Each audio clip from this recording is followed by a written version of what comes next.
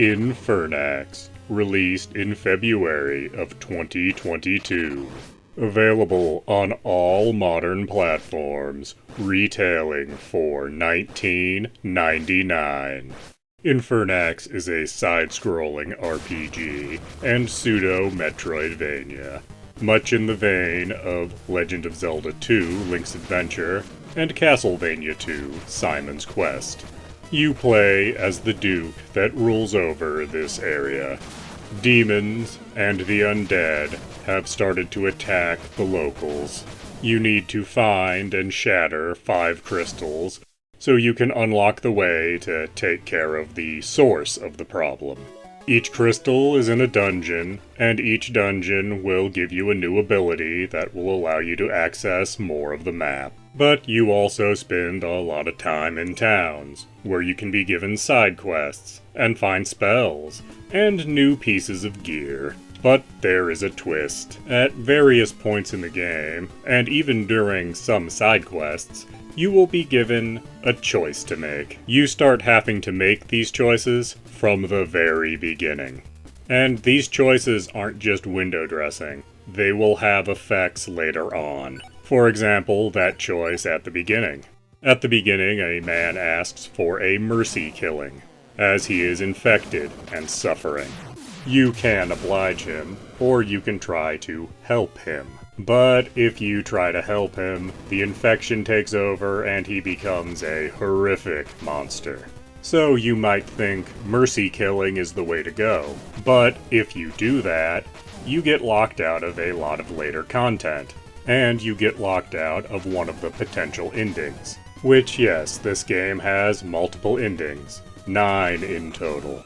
This game takes a lot of cues from the 8-bit days of gaming. Not just in its graphical style, although that is by far the most overt cue it takes. It also gives you hints in passing conversations with NPCs, and these clues can be frustratingly subtle. For example, there is a dungeon that's underwater. You cannot swim.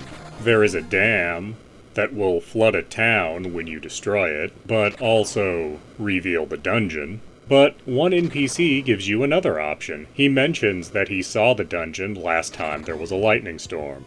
So if you just go to the lake and use your storm spell, the dungeon will rise from the lake, and the town will be spared. So even if you talked to that NPC, you might not have realized the hint he was giving you when that dam is so much more prominently featured. Of course, as you play the game, you will get more pieces of equipment, more abilities, and more spells, and you might even find better versions of certain spells.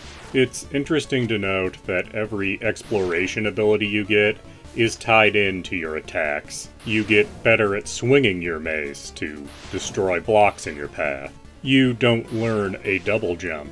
You instead learn how to fly upwards with your mace in an attack, and later fly sideways with your mace in an attack. And ironically, neither of these moves are very good for attacking enemies. They are purely for you to get around with.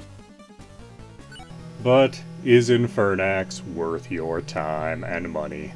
Yes, it is, especially if you are a completionist. There are many secrets to unlock, and quite a few ways the scenario can play out. And to see everything will probably take you about 20 hours. And at a price tag of $20, $1 an hour seems like a pretty fair trade to me. And if you're unsure, independent games like this go on sale fairly frequently, so it wouldn't be too hard to find this at a price of $15, or maybe even $10 if you wait just a little bit. Please do like, comment, subscribe, and tell your friends.